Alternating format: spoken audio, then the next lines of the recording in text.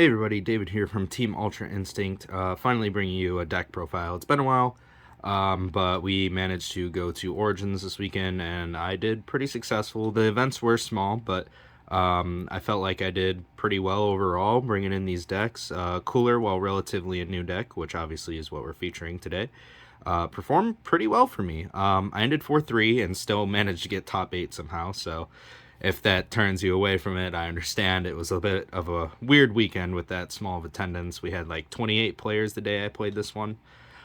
Still managed to get top 8, and top 16 gets invites. So, I mean, top 8 isn't really differential, but top 16 gets invites. So I got my invite with Cooler. Managed to do the same on Friday with Universe 7. I'm not surprised by that one, though. But Cooler did absolutely amazing today. It's a bit different. People had to shift how they play, but it's easy to side against. So being a best of one pre-side, I would say a lot of people had the upper hand being able to sideboard against Cooler, because most of the time you run Unisons that make them pitch a card, and when they pitch a card, typically they side into Bora to draw 2. But looking at the leader, the reason why he's so crazy is because we get to potentially free play out Unisons, and he has Self-Awakening.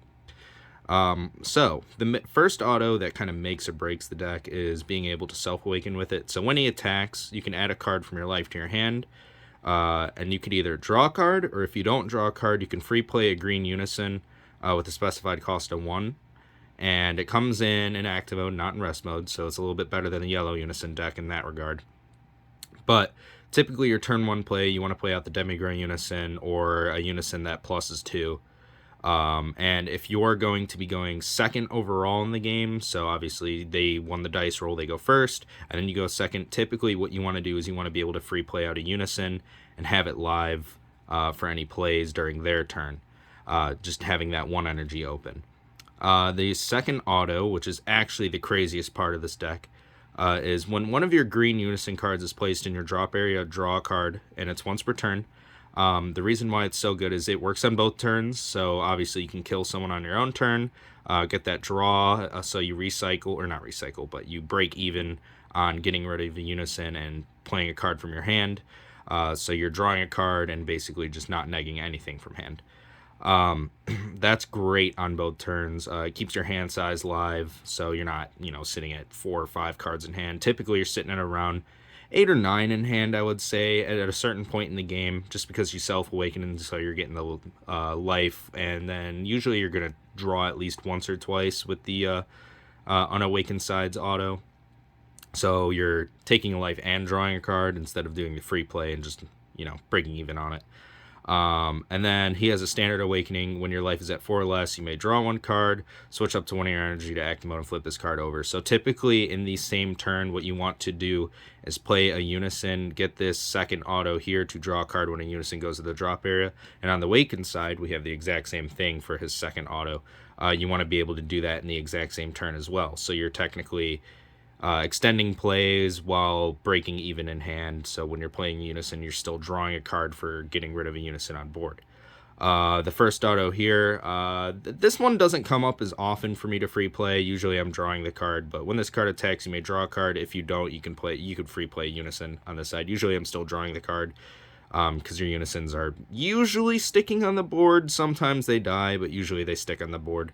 What makes this so much better than the yellow deck that is Unison focus is this one, the leader has a built-in activate battle that is not once per turn. You can discard 1 green Unison card from your hand. You can choose either this card or one of your green Unison cards that gets 5k power for the battle. So you can do that more than once per battle. You can do that more than once per turn.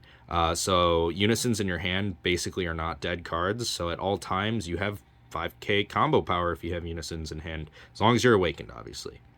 But overall, the leader just makes this deck flow so well, and having the ability to draw when you get rid of a Unison is what makes it so huge.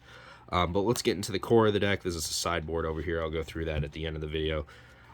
So, core of the deck, we're starting out. So, one choice I regretted was I only played 3 of the Demigray Unison, and obviously you can see the salsa behind it, but Demigray was the main part of this deck, and I am changing it to 4. This guy is huge. You always want him to be your turn 1 play. If you have to pay 1 at the first turn, it's fine, whatever. But being able to not lose markers and just take the life instead and keep him on board and keep your Unison plays on their turn active is huge. And also him turning into a 15k is very nice.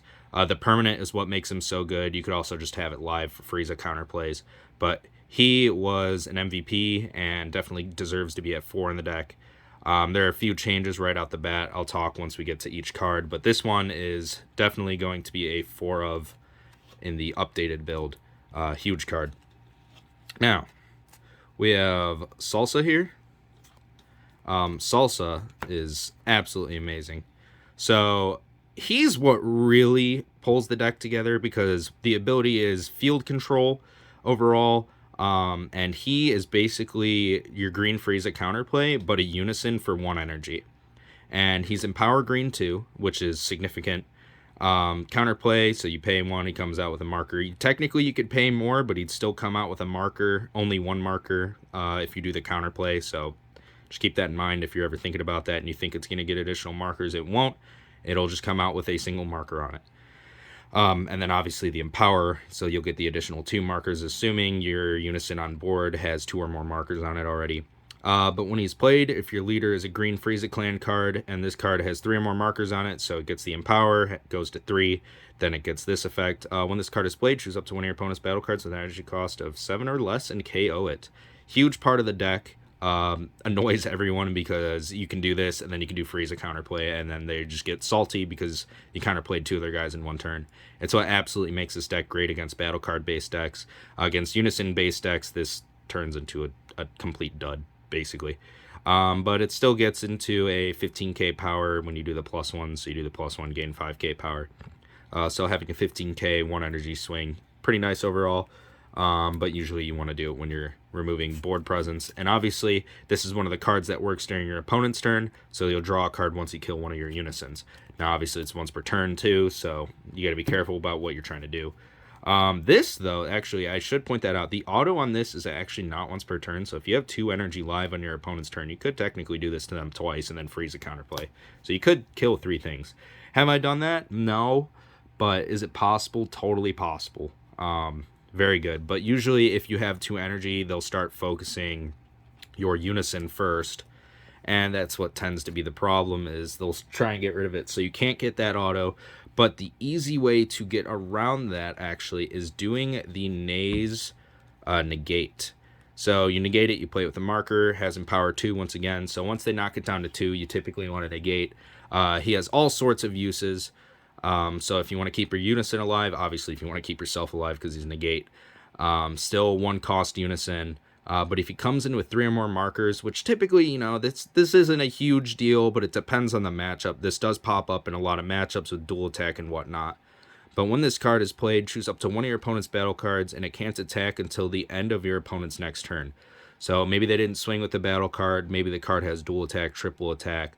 You can target one of their battle cards, and if it does, you know, it won't be able to attack. Now, it can't target Unison, so it's the downside of the auto, but still great.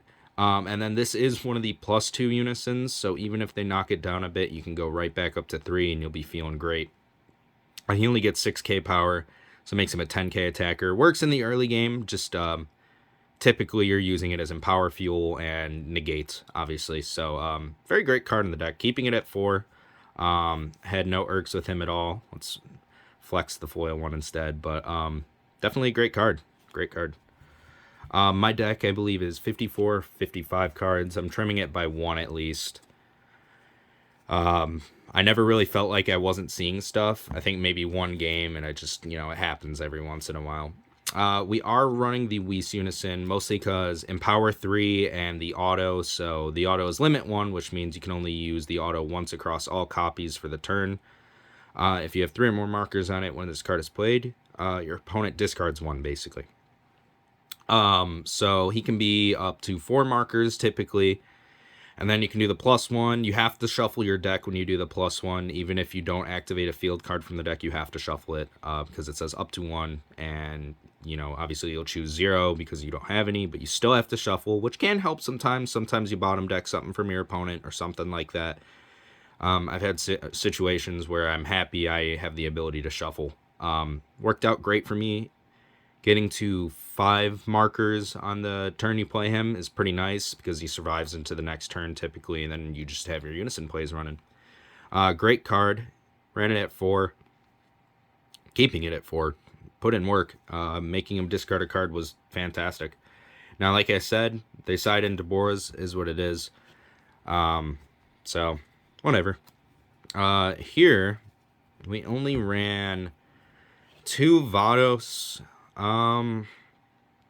There's games where she was great, and then there's games where she was meh.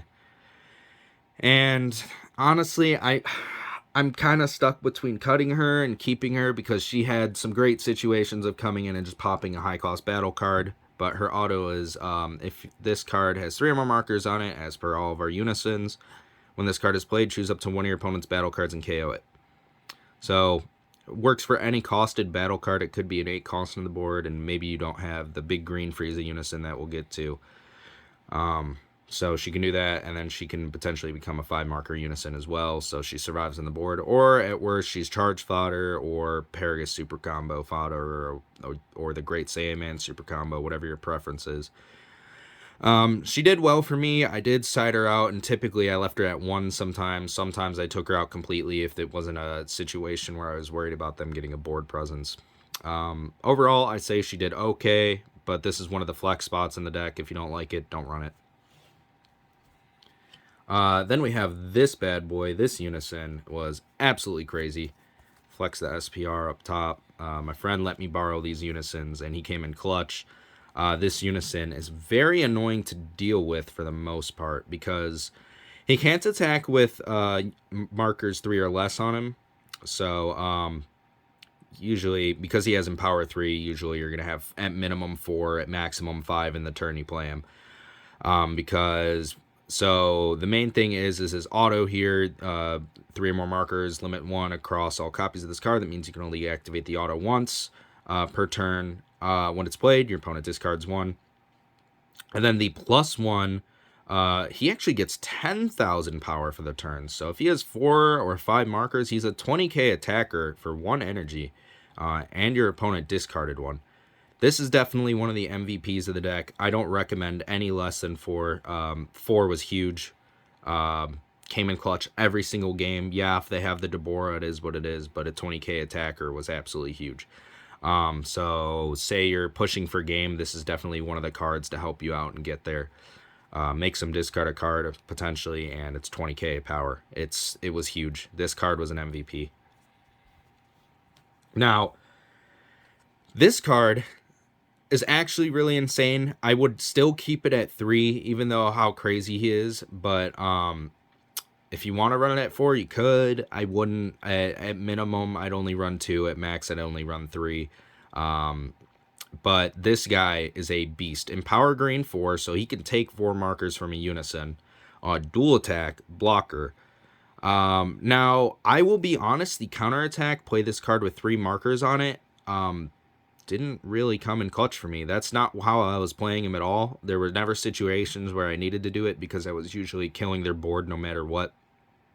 And if I didn't kill their board and it got to my turn and they had 5 life, typically I'd be able to play this guy. And this deck can turn on the gas really well. It can press down on the pedal and start swinging really fast and turn into an aggro deck. So don't underestimate it and think it's only control. It can start smacking you hard.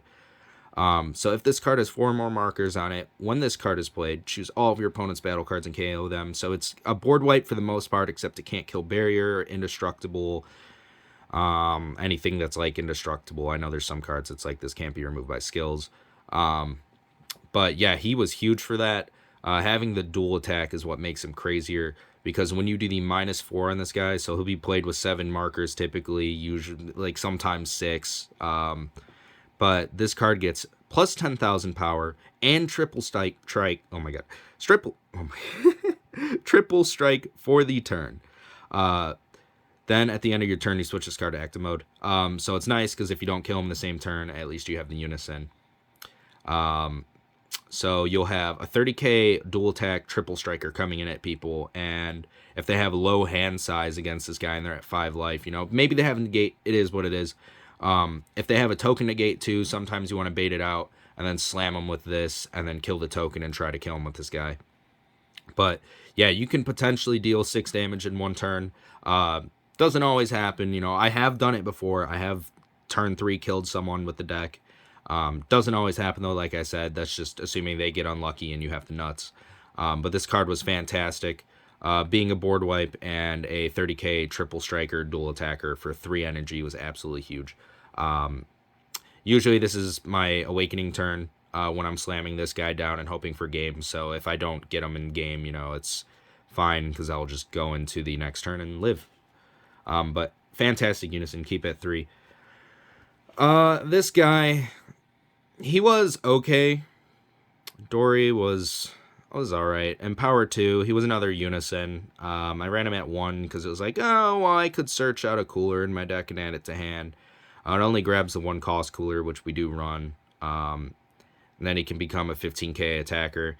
But honestly, I'm making a full cut of this guy. He was cute, but it wasn't worth running him. Everything else felt better than this guy, and I only played him if I didn't have anything else.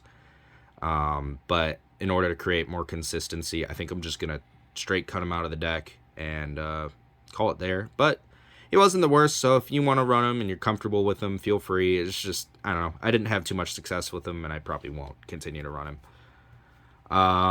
This is a pretty easy reason to run this card. It's a Unison-based deck. Why would we not be running our free counterplays and killing stuff? I feel like I don't even really need to explain this card, but basically, if your Unison has 2 or more markers, you can free play this, and then it has an on-play auto to KO a battle card with 7 or less. And you can't activate counterplays for the turn.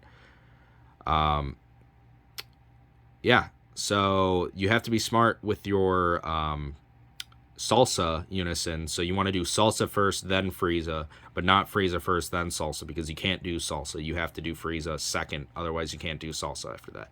So that is the one thing I will point out, and not, hopefully everyone understands why, because you can't follow up with counterplays on him, but you can follow up with the Salsa. So if you do Salsa first, then Frieza, like I said, you're good. Just don't do Frieza first. That will hurt someone if you misplay like that. It'll hurt yourself. It won't hurt your opponent.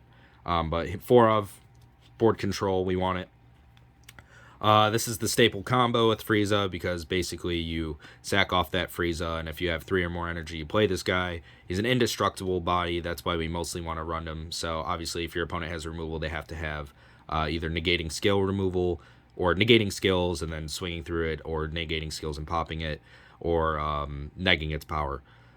Basic though, you KO the Frieza because it's a 5 for a 5 for 1 energy, and then when he attacks, your opponent discards a card. So minor hand hate. If it sticks on board, it's going to annoy the opponent. Comes in clutch, but I'd rather only keep it at 2. I see him when I need him. And like I said, you can only do it with 3 energy or more. So, like I said, you see him when you need him, you're fine. You only need it at 2. 3 at most, but I recommend only 2. This guy put in a lot of work, actually. I'm still going to keep him at 3. I felt like 3 was a good number. But when he's played, you look at the top 5 cards of your deck, add 1 green Unison with a specified cost of 3 or less among them, and then add it to your hand and shuffle your deck. That came clutch as a turn 1 play many times. Sometimes I just didn't see a Unison I needed to. Then I look at the top 5 and I either find the Unison I need, or I find a Unison and I roll with it. There's enough Unisons in your deck where you're typically never going to whiff on that. Sometimes you do, but it is what it is. The second auto is what actually kind of makes this deck a little bit more aggro than you expect. And it also adds more self-awakening, so you can awaken on turn 2, turn 3, if they don't even attack you and you have this guy out. But when one of your green Unison cards is placed in your drop area, it's once per turn, so you add up to 1 card from your life to your hand. So you could choose 0, and you still get the rest of this auto, and this card gets 11k power for the turn. So he turns into a 15k. You can rip a life, so it's another card to hand. Or you could choose not to in the late game. You have 4 life, you know, and you don't need any more cards from your life to your hand. So you choose 0, and he still becomes a 15k attacker, and he's 1 energy. Searcher, like I said, searches for what you need. You could search out Salsa, you could search out Demigra, you could search out literally all of your Unisons. This boy, fantastic. One of the MVPs of the deck. Definitely keep at 3, 2 at minimum, like I said, with some of the other cards, but I liked it at 3. At most, I usually only have 2 on the board. I mean, typically you're not going to see more than the 3 copies at once. If you see all 3, either you didn't shuffle well or they just maintained on board and your opponent didn't deal with them, one of the two. So we did have a minor hand hate engine in here. Comes in clutch. Your Unisons make them discard, so why not add some battle cards and extra cards that do it? We ran 2 Rosies. 2 felt good overall. I saw her when I needed her. She came in clutch. She's taken games. So 3 energy deflect. Against green, I didn't typically run this unless they had small hand size. So like I would either charge it or keep it for combo power, but I didn't typically like play it on green players. Even red, I was a little hesitant, mostly because it was U7 and they can easily negate its power via autos, so I didn't worry about it. But came in clutch sometimes. You pay 3, make them discard 2. It gains triple attack for the turn, so 15k triple attack potentially could be a game ender, or you just make them get some hand hate. Great card, keeping it at 2 did work. Ribrianne, basic green staple. You could combo with it, so combo power, and then later you can pay 2, warp it from your drop area as long as your leader card is green, and then your opponent discards 2. Like I said, basic choice. Also pitch fodder for dormant potential. Unleashed. Then we had Cooler Sibling Cruelty. He's the new Cooler that came out of the set. SR and SPR right here. I finally got my second SPR. I just didn't put him in my deck yet, so it is what it is. So for each green Unison card in your drop area, you reduce the energy cost of this card by 1 in your hand. So it could be a 1 cost 20k double strike. Fantastic. He's put in work as a 2 of. I wouldn't run more of him, honestly, because I saw him when I needed him, and I never begged to even see him. He was just kind of a win more card for me. But I will keep him in the deck because he does some other cool stuff. When this card is played, you can't play copies of this card for the turn, so obviously I don't want you to be able to, 1 cost 20k, double strikes out. And then additionally, you may place 1 green Unison card with a specified cost of 3 or less from your drop area at the bottom of your deck. If you do, your opponent discards 1 from their hand. So hand hate, 1 energy, 20k, hand hate for 1. They discard 1, and then you could recycle 1 of your Unisons. Usually I like to choose Salsa, but it depends on the matchup. Sometimes it turns into me recycling the 1-drop Frieza, or sometimes even the 3-drop Frieza. And this is one of those situations where shuffling your deck can be nice because you get that Unison back in there somewhere that hopefully is in the bottom. Great card. Keeping it at 2, put in work. Took me, I think, a game or 2. 4 Paragus super combo, straightforward. When you combo with it and you're at 4 or less life and your leader card is green, you draw 2 cards and then you warp 1 from your hand. Pretty straightforward. Then we have our Overrealm. We ran SS3 Son Goku Man on a Mission. Critical, double strike, 20k. Came in clutch when I needed him to. Had some good pairings in the deck, and it also denies them cards in hand. That's why we ran this. There are a couple other choices you could run. You can run the Toa Overrealm. I used to test with it. Didn't like the Toa Overrealm. Ran this as a 1 of. Fantastic for me, so I saw a lot of success with it. Basically, yeah, it's taken me 2 or 3 games, so he came in clutch. It also is great for baiting out specific negates, so if you bait out a token negate and you follow up with the Frieza Unison that board wipes, you kill that token and then you go for game. That's happened before for me, but fantastic, like I said. Funny enough, so I ran 4 Dormant Potential Unleashed, and because of how much I control the board in most matchups, I found this card almost utterly useless. So it was being sideboarded out in almost every matchup. Red U7, I tried to keep it in because they can turn on the gas and go hard. Against Toa, I keep it in, but I typically have it at like 3. So I think my idea is either cut it down to 3 or 2. 4 felt like much. If you need another, I would move it to the sideboard, if anything. Still did pretty well, but like I said, certain matchups it's good, but because of how much we control the board with the cooler deck, it's just 4 was too much, and I would either charge it or side it out in every matchup. Just run better cards for the matchup. This card pairs very well with Man on a Mission. You make them a 35k double strike critical, and you make them pitch a card. So hand hate. either offensively or defensively to get an attack push through.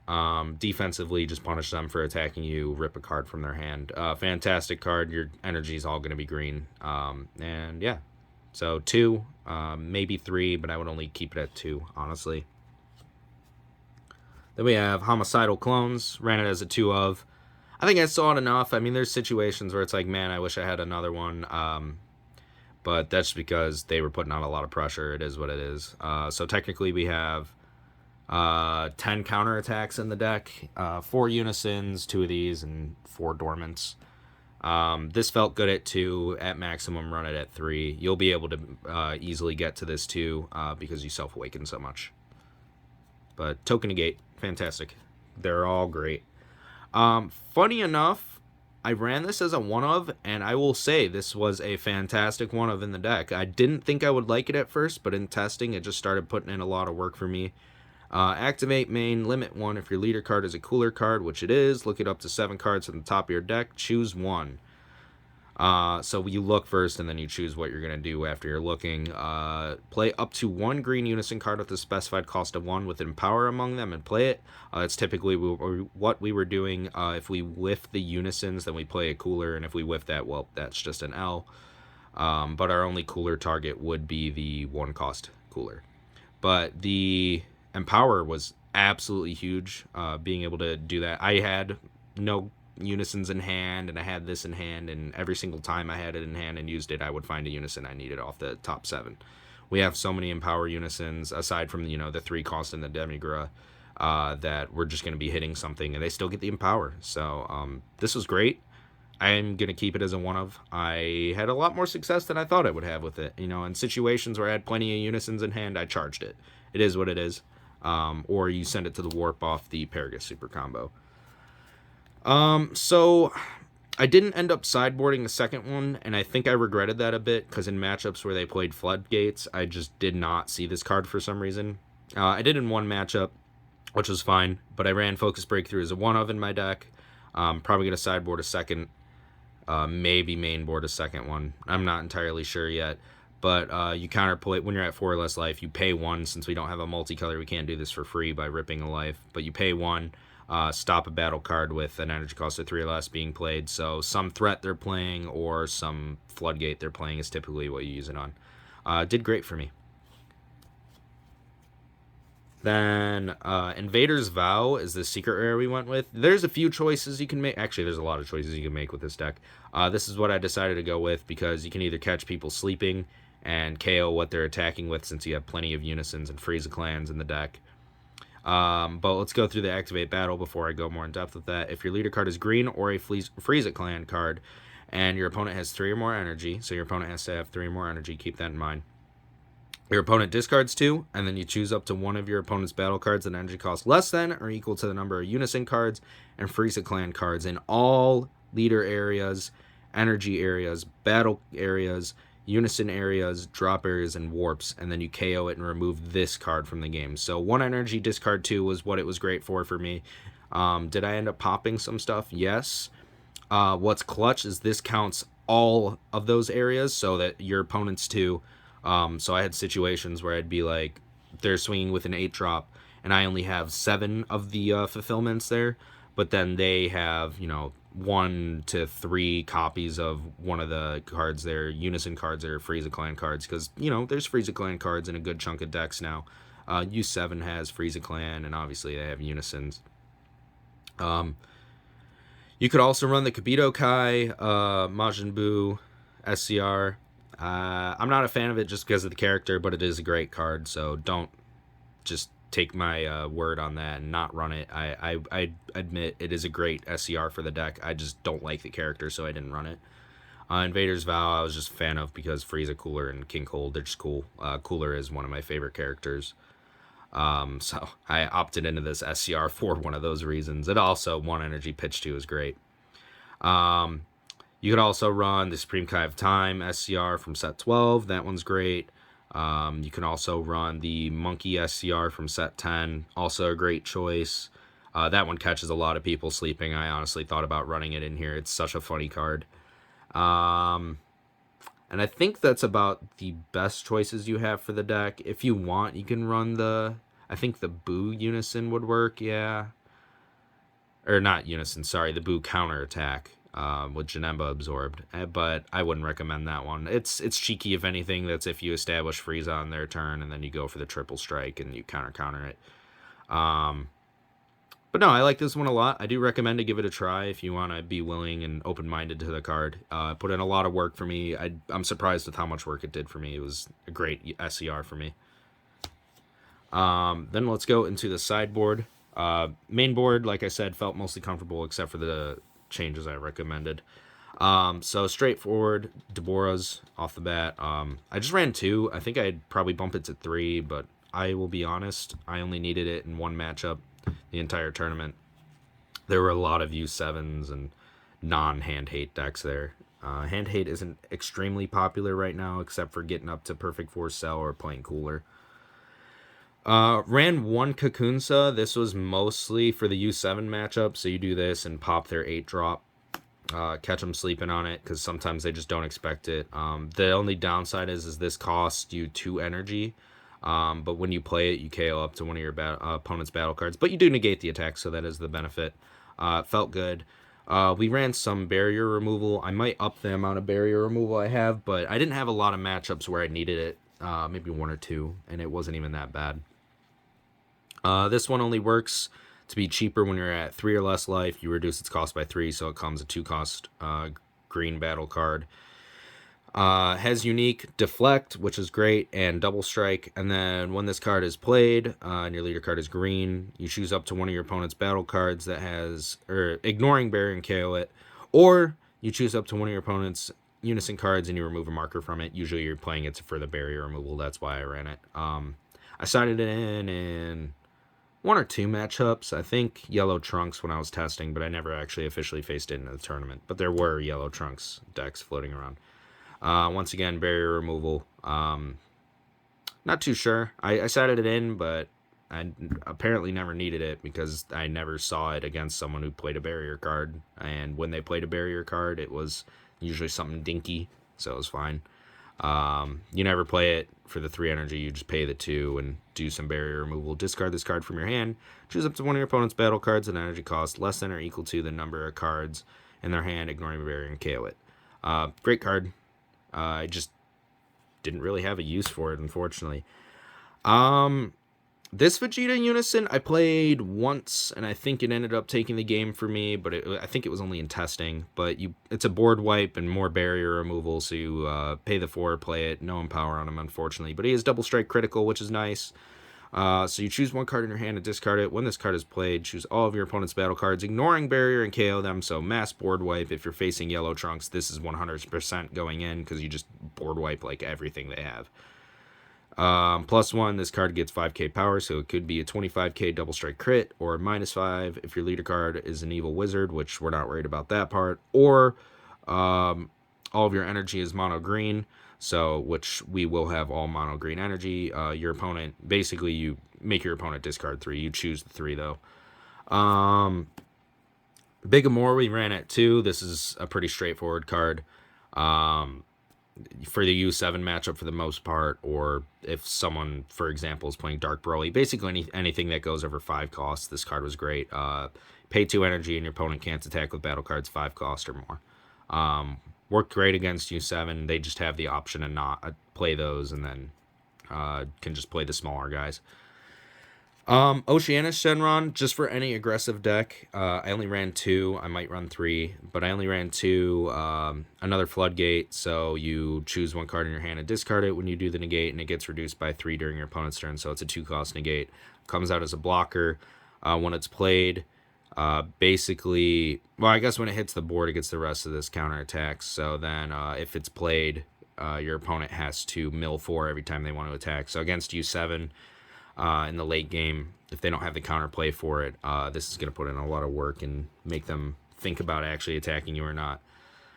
Mechigibora, another U7 card I ran, or if I needed it against like Yellow Trunks or something. I wasn't entirely sure about this card. I used it once and I said Red Sun Goku 8. Or I guess you don't have to say the color, but Sun Goku 8. stops them from playing it, so you don't have to worry about that fact. But I played it once, I think, and it was okay. I think this is probably one of the sideboard cards I'll take out. I thought I'd get a little cheeky against U7. I ran one Koitsukai, weirdly enough. I think I need to run two. It came up a couple times where I could have used it, but I don't know, I didn't see it when I needed it. And probably because I only ran it at one. But it should probably go to two. That was just me figuring out sideboard stuff. The last two cards that are empty here, I'll get to that, but these are probably just going to straight change. Blue Impulse, so if your opponent plays a battle card during your turn, basically you can pay one for this, and then you KO all your opponent's battle cards. And they have to play a card during the turn you play this too. So you pay one, and then you board wipe. So I figured it was good against certain matchups. I had one opportunity to use it, but I think at this point, when I had this live, I just went for the Frieza Unison instead and board wiped them that way.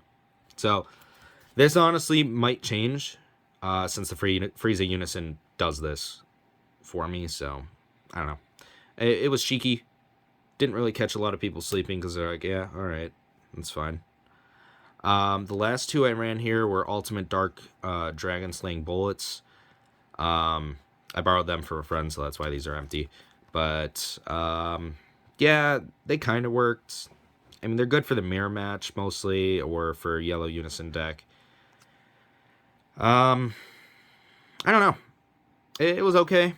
I think, like I said, I'm just going to switch out and put another Koitsukai in, and then maybe put in a third Deborah, and that'll be what these are.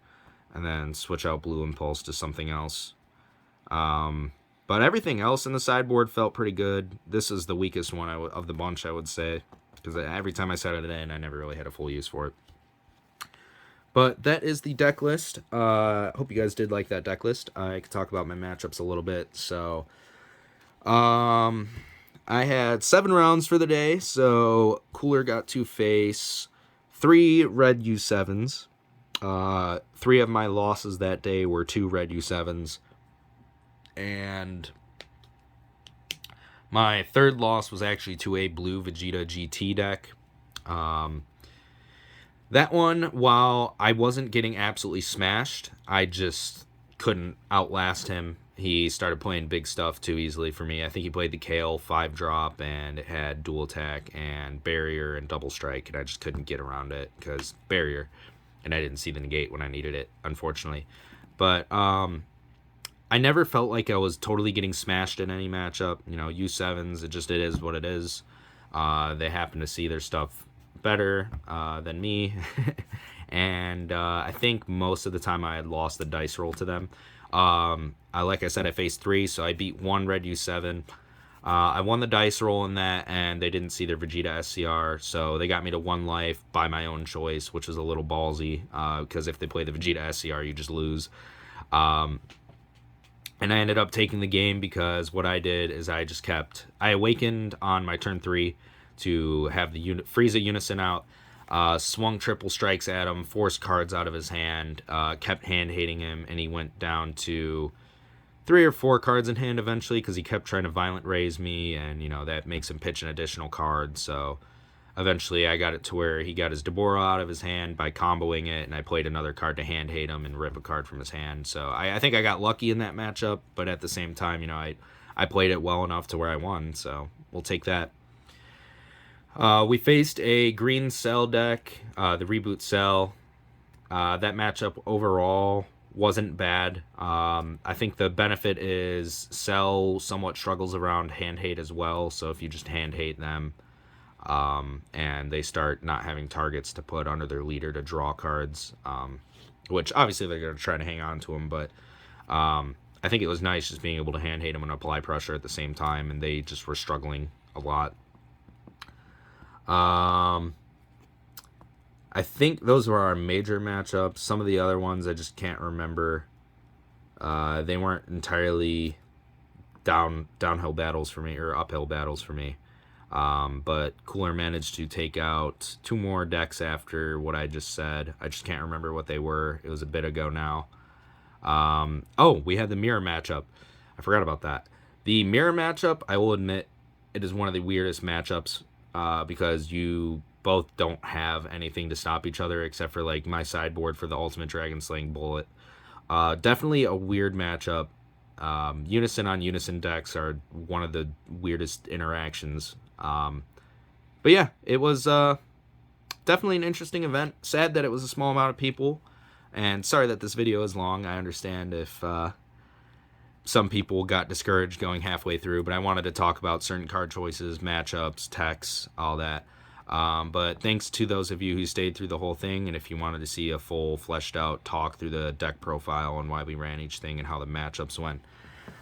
So if you did enjoy, please leave a like, comment below. I'm going to try to push out a U7 deck list for Friday, since mine seems to be a little basic, but also opts out of some of the choices that people do. It's not as spicy as Robert Reitz's profile.